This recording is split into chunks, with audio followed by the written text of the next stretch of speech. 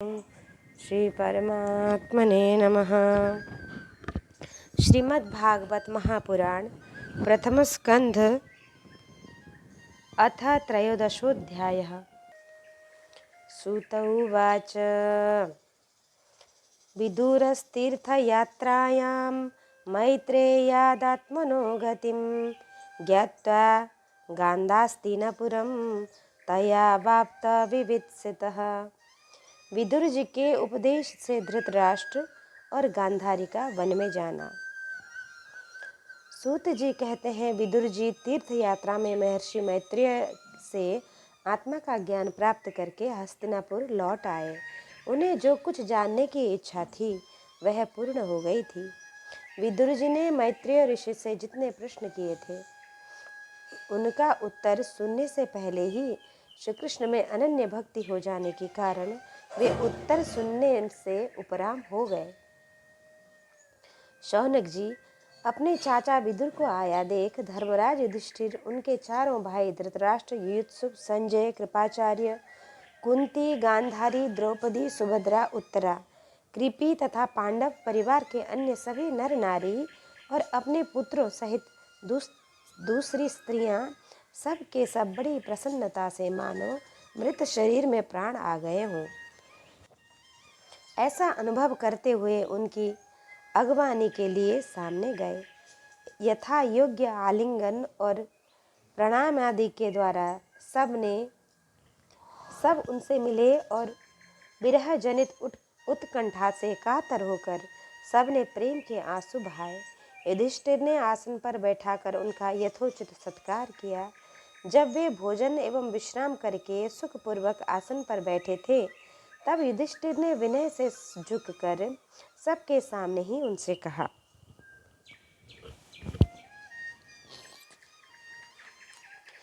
युधिष्ठिर ने कहा, चाचा जी, जैसे पक्षी अपने अंडों को पंखों की छाया के नीचे रखकर उन्हें सेते और बढ़ाते हैं, वैसे ही आपने अत्यंत वात्सल्य से अपने कर कमलों की छत्र छाया में हम लोगों को पाला पोसा है। बार बार आपने हमें और हमारी माता को विषदान और लाक्षागृह के दाह आदि विपत्तियों से बचाया है। क्या आप कभी हम लोगों की याद करते हैं? आपने पृथ्वी पर विचरण करते समय किस वृत्ति से जीवन निर्वाह किया? आपने पृथ्वी तल पर किन किन तीर्थों और मुख्य क्षेत्रों का सेवन किया? प्रभु, आप जैसे भगवान के प्यारे भक्त स्वयं ही तीर्थ स्वरूप हो जाते हैं। आप लोग अपने हृदय में विराजमान भगवान के द्वारा तीर्थों को भी महातीर्थ बनाते हुए विचरण करते हैं। चाचा जी, आप तीर्थ यात्रा करते हुए द्वारका भी अवश्य ही गए होंगे। वहाँ हमारे सुहृद एवं भाई बंधु यादव लोग, जिनके एकमात्र आराध्य देव श्री कृष्ण हैं, अपनी नगरी में सुख से तो है ना? आपने यदि जाकर देखा नहीं होगा तो सुना तो अवश्य ही होगा। युधिष्ठिर के इस प्रकार पूछने पर विदुर जी ने तीर्थों और यदुवंशियों के संबंध में जो कुछ देखा, सुना और अनुभव किया था सब क्रम से बतला दिया। केवल यदुवंश के विनाश की बात नहीं कही। करुण हृदय विदुर जी पांडवों को दुखी नहीं देख सकते थे, इसलिए उन्होंने यह अप्रिय एवं असह्य घटना पांडवों को नहीं सुनाई, क्योंकि वह तो स्वयं ही प्रकट होने वाली थी। पांडव विदुर जी का देवता के समान सेवा सत्कार करते थे। वे कुछ दिनों तक अपने बड़े भाई धृतराष्ट्र की कल्याण कामना से सब लोगों को प्रसन्न करते हुए सुखपूर्वक हस्तिनापुर में ही रहे। विदुर जी तो साक्षात धर्मराज थे। मांडव्य ऋषि के शाप से ये 100 वर्ष के लिए शूद्र बन गए थे। इतने दिनों तक यमराज के पद पर अर्यमा थे और वही पापियों को उचित दंड देते थे। एक समय किसी राजा के अनुचरों ने कुछ चोरों को मांडव्य ऋषि के आश्रम पर पकड़ा। उन्होंने समझा कि ऋषि भी चोरों में शामिल होंगे, अतः वे भी पकड़ लिए गए और राज आज्ञा से सबके साथ उनको भी सूली पर चढ़ा दिया गया। राजा को यह पता लगा कि ये महात्मा है। ऋषि को शूली से उतरवा दिया और हाथ जोड़कर उनसे अपना अपराध क्षमा करवाया। मांडव्य जी ने यमराज के पास जाकर पूछा, मुझे किस पाप के फलस्वरूप यह दंड मिला है?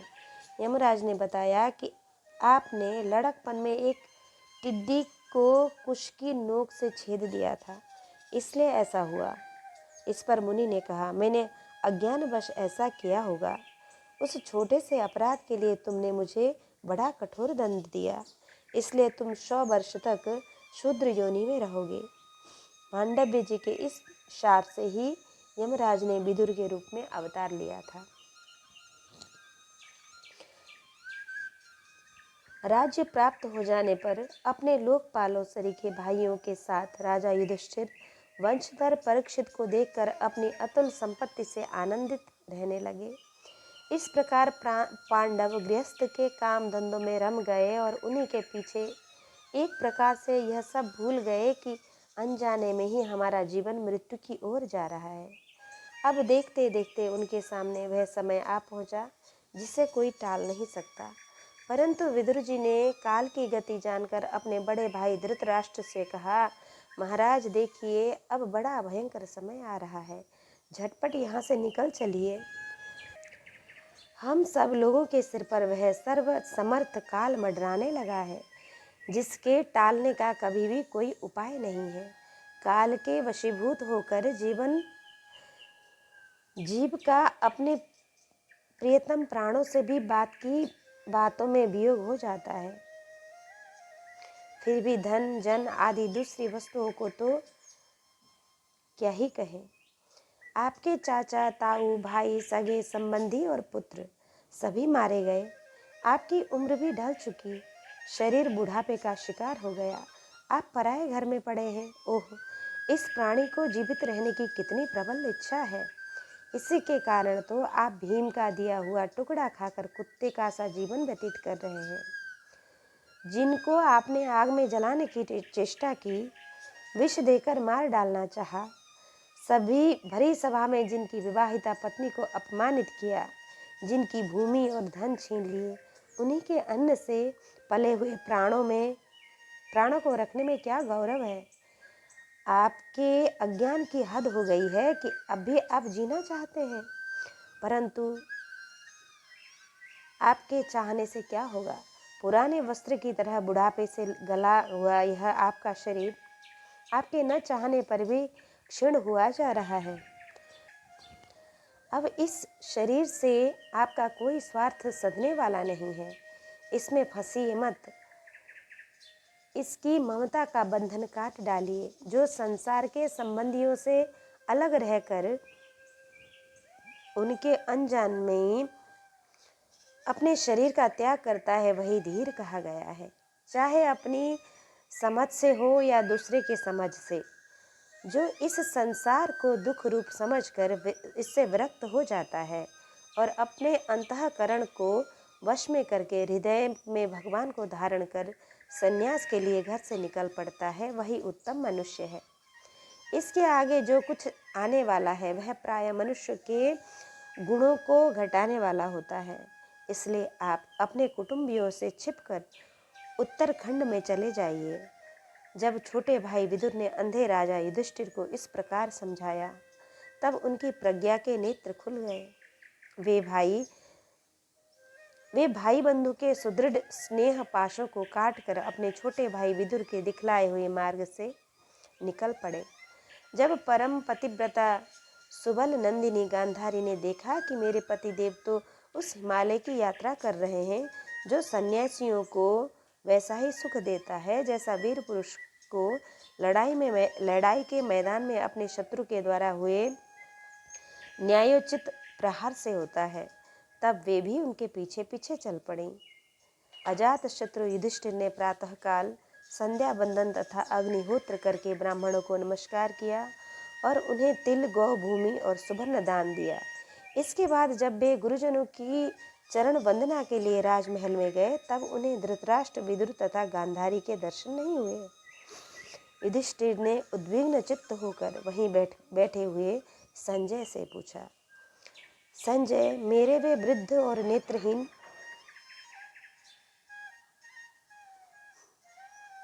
पिता धृतराष्ट्र कहाँ हैं? पुत्र शोक से पीड़ित दुखिया माता गांधारी और मेरे परम हितैषी चाचा विदुर जी कहाँ चले गए? ताऊ जी अपने पुत्रों और बंधु बांधवों के मारे जाने से दुखी थे। मैं बड़ा मंद बुद्धि हूँ। कहीं मुझसे किसी अपराध की आशंका करके वे माता पिता गांधारी सहित गंगा जी में तो नहीं कूद पड़े? पितर्यु परते पांडव सर्वान्न सुहृद शिशुन अरक्षताम व्यसनतः पितृभ्यो क्वा गता वितः। जब हमारे पिता पांडु की मृत्यु हो गई थी और हम लोग नन्हे नन्हे बच्चे थे, तब इन्हीं दोनों चाचाओं ने बड़े बड़े दुखों से हमें बचाया था। वे हम पर बड़ा ही प्रेम रखते थे। हाय, वे यहाँ से कहाँ चले गए? सूत जी कहते हैं, संजय अपनी स्वामी धृतराष्ट्र को न पाकर कृपा और स्नेह की विकलता से अत्यंत पीड़ित और विरहातुर हो रहे थे। वे युधिष्ठिर को कुछ उत्तर न दे सके। फिर धीरे धीरे बुद्धि के द्वारा उन्होंने अपने चित्त को स्थिर किया, हाथों से आंखों के आंसू पोंछे और अपने स्वामी धृतराष्ट्र के चरणों का स्मरण करते हुए युधिष्ठिर से कहा। संजय बोले, कुल नंदन, मुझे आपके दोनों चाचा और गांधारी के संकल्प का कुछ भी पता नहीं है। महाबाहो, मुझे तो उन महात्माओं ने ठग लिया। संजय इस प्रकार कह ही रहे थे कि तुम्बुरु के साथ देवर्षि नारद वहां आ पहुंचे।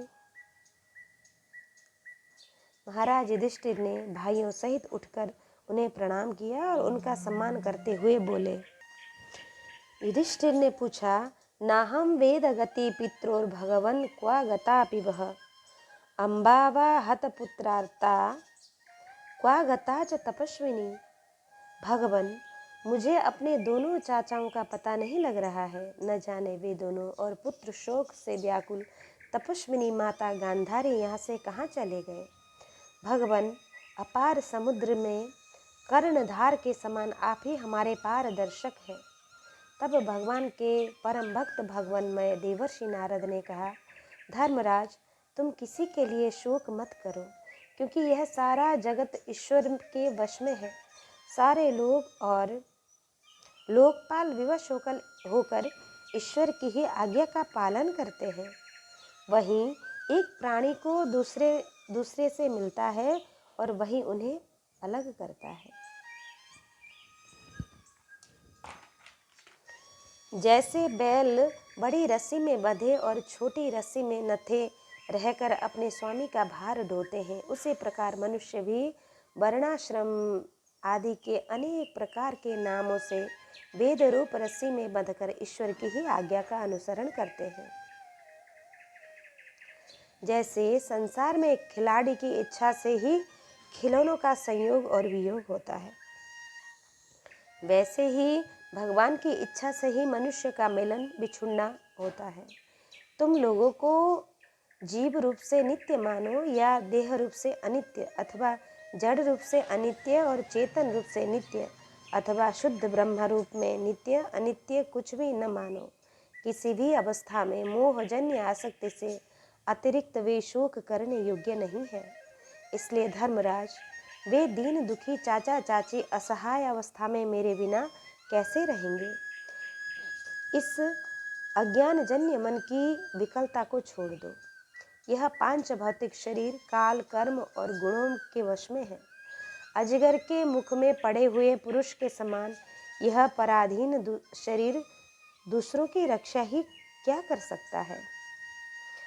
हाथ बालों के बिना हाथ वाले, चार पैर वाले पशुओं के बिना पैर वाले, और उनमें भी बड़े जीवों के छोटे जीव आहार, इस प्रकार एक जीव दूसरे जीव के जीवन का कारण हो रहा है। इन समस्त रूपों में जीवों के बाहर और भीतर वही एक स्वयं प्रकाश भगवान, जो संपूर्ण आत्माओं के आत्मा है, माया के द्वारा अनेकों प्रकार से प्रकट हो रहे हैं। तुम केवल उन्हीं को देखो। महाराज, समस्त प्राणियों को जीवन दान देने वाले वे ही भगवान इस समय इस पृथ्वी तल पर देवद्रोहियों का नाश करने के लिए काल रूप से अवतीर्ण हुए हैं। अब वे देवताओं का कार्य पूरा कर चुके हैं, थोड़ा सा काम और शेष है, उसी के लिए वे रुके हैं। जब तक भी प्रभु यहाँ हैं तब तक तुम लोग भी उनकी प्रतीक्षा करते रहो। धृतराष्ट्र सह भ्रात्रा गांधार्या च स्वभार्यया दक्षिणेन हिमवत ऋषीणामाश्रमं गतः। धर्मराज, हिमालय के दक्षिण भाग में जहाँ सप्त ऋषियों की प्रसन्नता के लिए गंगा जी ने अलग अलग 7 धाराओं के रूप में अपने को 7 भागों में विभक्त कर दिया है, जिसे सप्त स्रोत कहते हैं, वहीं ऋषियों के आश्रम पर धृतराष्ट्र अपनी पत्नी गांधारी और विदुर के साथ गए हैं। वहाँ वे त्रिकाल स्नान और विधि पूर्वक अग्निहोत्र करते हैं। अब उनके चित्त में किसी प्रकार की कामना नहीं है, वे केवल जल पीकर शांत चित्त से निवास करते हैं। आसन जीत कर प्राणों को वश में करके उन्होंने अपनी 6 इंद्रियों को विषय से लौटा दिया है। भगवान की धारणा से उनके तमोगुण, रजोगुण और सत्वगुण के मल नष्ट हो चुके हैं। उन्होंने अहंकार को बुद्धि के साथ जोड़कर और उसे क्षेत्रज्ञ आत्मा में लीन करके उसे भी महाकाश में घटाकाश के समान सर्वाधिष्ठान ब्रह्मा में एक कर दिया है। उन्होंने अहंकार को बुद्धि के साथ जोड़कर और उसे क्षेत्रज्ञ आत्मा में लीन करके उसे भी महाकाश में घटाकाश के समान सर्वाधिष्ठान ब्रह्मा में एक कर दिया है। उन्होंने अपनी समस्त इंद्रियों और मन को रोक कर समस्त विषयों को बाहर से ही लौटा दिया है और माया के गुणों से होने वाले परिणाम को सर्वथा मिटा दिया है। समस्त कर्मों का संन्यास करके वे इस समय ठूठ की तरह स्थिर होकर बैठे हुए हैं, अतः तुम उनके मार्ग में विघ्न रूप मत बनना। धर्मराज, आज से 5वें दिन वे अपने शरीर का परित्याग कर देंगे और वह जलकर भस्म हो जाएगा। गार्हपत्यादि अग्नियों के द्वारा पर्णकुटी के साथ अपने पति के मृतदेह को जलते देखकर बाहर खड़ी हुई साध्वी गांधारी भी पति का अनुगमन करती हुई इसी आग में प्रवेश कर जाएंगी। धर्मराज, विदुर जी अपने भाई का आश्चर्यमय मोक्ष देखकर हर्षित और वियोग देखकर दुखित होते हुए वहां से तीर्थ सेवन के लिए चले जाएंगे। देवर्षि नारद यूं कहकर तुम्बुरु के साथ स्वर्ग को चले गए। धर्मराज युधिष्ठिर ने उनके उपदेशों को हृदय में धारण करके शोक को त्याग दिया। देवर्षि नारद त्रिकालदर्शी हैं। वे धृतराष्ट्र के भविष्य जीवन को वर्तमान की भांति प्रत्यक्ष देखते हुए उसी रूप में वर्णन कर रहे हैं। धृतराष्ट्र पिछली रात को ही हस्तिनापुर से गए हैं, अतः यह वर्णन भविष्य काल की समझनी चाहिए। इसलिए उन्होंने कहा कि हे धर्मराज, तुम्हारे पिता, तुम्हारे ताऊ आज के 5वें दिन मोक्ष को प्राप्त हो जाएंगे। इति श्रीमद्भागवते महापुराणे पारमहंस्यां संहितायां प्रथमस्कन्धे नैमिषोपाख्याने 13 अथ 14 अपशकुन देखकर महाराज युधिष्ठिर का शंका करना और अर्जुन का द्वारका से लौटना। सूत उवाच संप्रस्थिते द्वारकायां जिष्णौ बन्धुदिदृक्षय ज्ञातुं च पुण्यश्लोकस्य कृष्णस्य च विचेष्टितम्। सूत जी कहते हैं, स्वजनों से मिलने और पुण्य श्लोक भगवान श्री कृष्ण अब क्या करना चाहते हैं, यह जानने के लिए अर्जुन द्वारका गए हुए थे। कई महीने बीत जाने पर भी अर्जुन वहां से लौटकर नहीं आए। धर्मराज युधिष्ठिर को बड़े भयंकर अपशकुन दिखने लगे। उन्होंने देखा काल की गति बड़ी विकट हो गई है। जिस समय जो ऋतु होनी चाहिए उस समय वह नहीं होती और उनकी क्रियाएं भी उल्टी ही होती हैं। लोग बड़े क्रोधी, लोभी और असत्य परायण हो गए हैं। अपने जीवन निर्वाह के लिए लोग पापपूर्ण व्यापार करने लगे हैं। सारा व्यवहार कपट से भरा हुआ होता है। यहाँ तक कि मित्रता में भी छल मिलता रहता है। पिता माता, सगे संबंधी, भाई और पति पत्नी में भी झगड़ा टंटा रहने लगा है। कली काल के आ जाने से लोगों का स्वभाव ही लोभ, दंभ आदि अधर्म से अभिभूत हो गया है और प्रकृति में भी अत्यंत अरिष्ट सूचक अपशकुन होने लगे हैं। यह सब देखकर युधिष्ठिर ने अपने छोटे भाई भीमसेन से कहा, संप्रेषितो द्वारकायां जिष्णुर्बन्धु दिदीक्षय ज्ञातुं च पुण्यश्लोकस्य कृष्णस्य च विचिष्टताम्। भीमसेन, अर्जुन को हमने द्वारका इसलिए भेजा था कि वह वहां जाकर पुण्य श्लोक भगवान श्री कृष्ण क्या कर रहे हैं इसका पता लगा आए और संबंधियों से मिल भी आए। तब से 7 महीने बीत गए, किंतु तुम्हारे छोटे भाई अब तक नहीं लौटे हैं। मैं ठीक ठीक यह नहीं समझ पाता हूँ कि उनके न आने का क्या कारण है। कहीं देवर्षि नारद के द्वारा बतलाया हुआ वह समय तो नहीं आ पहुँचा है जिसमें भगवान श्री कृष्ण अपनी लीला विग्रह का संवरण करना चाहते हैं। उन्हीं भगवान की कृपा से हमें यह संपत्ति, राज्य, स्त्री, प्राण, कुल, संतान, शत्रुओं पर विजय और स्वर्गादि लोकों का अधिकार प्राप्त हुआ है। भीमसेन, तुम तो मनुष्य में व्याघ्र के समान बलवान हो। देखो तो सही, आकाश में उल्कापादिक, पृथ्वी में भूकंपादि और शरीर में रोगादि कितने भयंकर अपशकुन हो रहे हैं। इनसे इस बात की सूचना मिलती है कि शीघ्र ही हमारी बुद्धि को मोह में डालने वाला कोई उत्पात होने वाला है। प्यारे भीमसेन, मेरी बाईं जांग, आंख और भुजा बार बार फटक रही है। हृदय जोर से धड़क रहा है। अवश्य ही बहुत जल्दी कोई अनिष्ट होने वाला है। देखो, यह सियारिन उदय होते हुए सूर्य की ओर मुँह करके रो रही है। अरे, उसके मुंह से तो आग भी निकल रही है। यह कुत्ता बिल्कुल निर्भय सा होकर मेरी ओर देखकर चिल्ला रहा है। भीमसेन, गौ आदि अच्छे पशु मुझे अपने बाएं करके जाते हैं और गधे आदि बुरे पशु मुझे अपने दाहिने करके जाते हैं। मेरे घोड़े आदि वाहन मुझे रोते हुए दिखाई देते हैं। यह मृत्यु का दूत पेड़ों की उल्लू और उसका प्रतिपक्षी कौआ रात को अपने कर्ण कठोर शब्दों में मेरे मन को कपाते हुए विश्व को सूचना देना चाहते हैं। दिशाएं धुंधली हो गई हैं। सूर्य और चंद्रमा के चारों ओर बार बार मंडल बैठते हैं। यह पृथ्वी पर पहाड़ों के साथ कांप उठती है। बादल जोर जोर से गरजते हैं और जहाँ तहाँ बिजली भी गिरती ही रहती है। शरीर को छेदने वाली एवं धूली वर्षा से अंधकार फैलाने वाली आंधी चलने लगी है। बादल बड़ा डरावना दृश्य उपस्थित करके सब ओर खून बरसा रहे हैं। देखो, सूर्य की प्रभा मंद पड़ गई है। आकाश में ग्रह परस्पर टकरा रहे हैं। भूतों की घनी भीड़ में पृथ्वी और अंतरिक्ष में आग से लगी हुई है। नदी, नद, तालाब और लोगों के मन क्षुब्ध हो रहे हैं। घिसे आग नहीं जलती। यह भयंकर काल न जाने क्या करेगा। बछड़े दूध नहीं पीते, गौएं दुहने नहीं देती। गौशाला में गौएं आंसू बहा बहा कर रो रही हैं। बैल भी बड़े उदास हो रहे हैं। देवताओं की मूर्तियां रोसी रही हैं। उनमें पसीना चूने लगता है और वे हिलती डोलती भी नहीं है।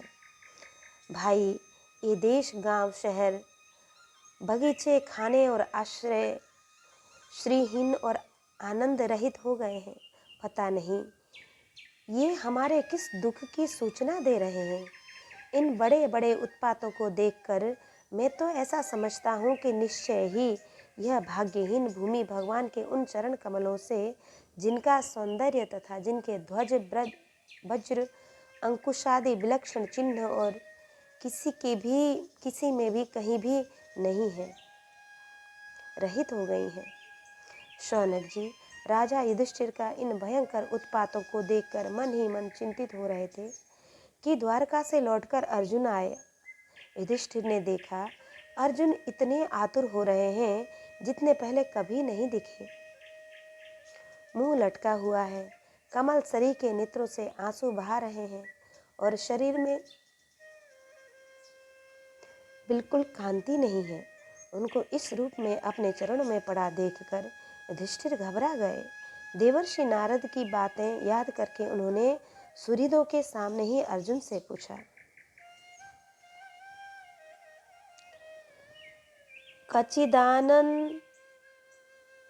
कच्चिदानन्तपुर्यां न स्वजना सुखमासते मधुभोजदशार्हारः सात्वतान् धववृष्णयः।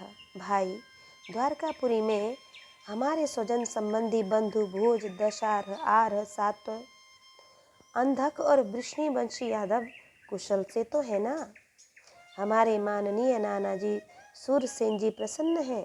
अपने छोटे भाई सहित मामा वसुदेव जी, ये सब कुशल तो है ना?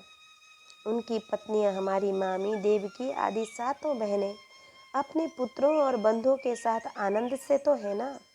जिनका पुत्र कंस बड़ा ही दुष्ट था, वे राजा उग्रसेन अपने छोटे भाई देवक के साथ जीवित तो हैं। हृदिक उनके पुत्र कृतवर्मा, अक्रूर, जयंत, गद, सारण तथा शत्रुजित आदि यावद वीर सकुशल है ना? यादवों के प्रभु बलराम जी तो आनंद से हैं।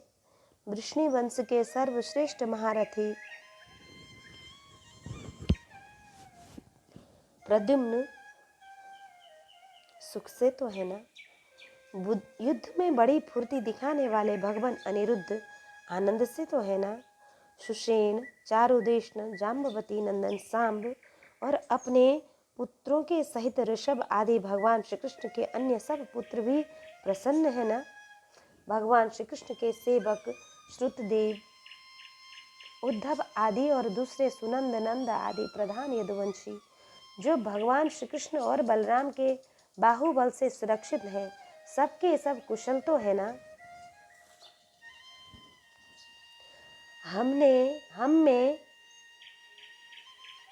हमसे अत्यंत प्रेम करने वाले वे लोग कभी हमारा कुशल मंगल पूछते हैं? भक्त वत्सल ब्राह्मण भक्त भगवान श्री कृष्ण अपने स्वजन के साथ द्वारका की सुधर्मा सभा में सुखपूर्वक विराजते हैं ना? वे आदि पुरुष बलराम जी के साथ संसार के परम मंगल, परम कल्याण और उन्नति के लिए यदुवंश रूप क्षीर सागर में विराजमान हैं। उन्हीं के बाहुबल से सुरक्षित द्वारकापुरी में यदुवंशी लोग सारे संसार के द्वारा सम्मानित होकर बड़े आनंद से विष्णु भगवान के पार्षदों के समान विहार कर रहे हैं। सत्यभामा आदि 16 महाराज की रानियां प्रधान रूप से उनके चरण कमलों की सेवा में ही रत रहकर उनके द्वारा युद्ध में इंद्रादि देवताओं को भी हराकर इंद्राणी के भोग योग्य तथा उन्हीं की अभिष्ट पारिजात आदि वस्तुओं का उपभोग करती हैं। यदुवंशी वीर श्री कृष्ण के बाहुदंड के प्रभाव से सुरक्षित रहकर निर्भय रहते हैं और बलपूर्वक लाई हुई बड़े बड़े देवताओं के बैठने योग्य सुधर्मा सभा को अपने चरणों से आक्रांत कर रहे हैं। भाई अर्जुन, यह भी बताओ कि तुम स्वयं तो कुशल से हो ना? मुझे तुम स्त्रीहीन से दिख रहे हो। वहाँ बहुत दिनों तक रहे, कहीं तुम्हारे सम्मान में तो किसी प्रकार की कमी नहीं हुई? किसी ने तुम्हारा अपमान तो नहीं किया? कहीं किसी ने दुर्भावपूर्ण अमंगल शब्द आदि के द्वारा तुम्हारा चित्त तो नहीं दुखाया? अथवा किसी आशा से तुम्हारे पास आए हुए याचकों को उनकी मांगी हुई वस्तु अथवा अपनी ओर से कुछ देने की प्रतिज्ञा करके भी तुम नहीं दे सके? तुम सदा शरणागतों की रक्षा करते आए हो। कहीं किसी भी ब्राह्मण, बालक, गौ, बूढ़े, रोगी अथवा अबला अन्य किसी प्राणी का जो तुम्हारे शरण में आए हो तुमने त्याग तो नहीं कर दिया? कहीं तुमने अगम्य स्त्री से समागम तो नहीं किया अथवा गमन करने योग्य स्त्री के साथ असत्कार पूर्वक समागम तो नहीं किया? कहीं मार्ग में अपने से छोटे अथवा बराबरी वालों से हार तो नहीं हो गई? अथवा भोजन कराने योग्य बालक और बूढ़ों को छोड़कर तुमने अकेले ही भोजन तो नहीं कर लिया? मेरा विश्वास है कि तुमने ऐसा निंदित काम तो नहीं किया होगा जो तुम्हारे योग्य न हो न हो अपने परम प्रियतम अभिनंद अभिन्न हृदय परम सुहृद भगवान श्री कृष्ण से तुम रहित हो गए हो। इसी से अपने को शून्य मान रहे हो। इसके सिवा दूसरा कोई कारण नहीं हो सकता जिससे तुमको इतनी मानसिक पीड़ा हो। इति श्रीमद्भागवते महापुराणे पारमहंस्यां संहितायां प्रथमस्कन्धे युधिष्ठिरवितर्को नाम चतुर्दशोऽध्यायः। कृष्णाय वासुदेवाय हरये परमात्मने प्रणतक्लेशनाशाय गोविन्दाय नमो नमः।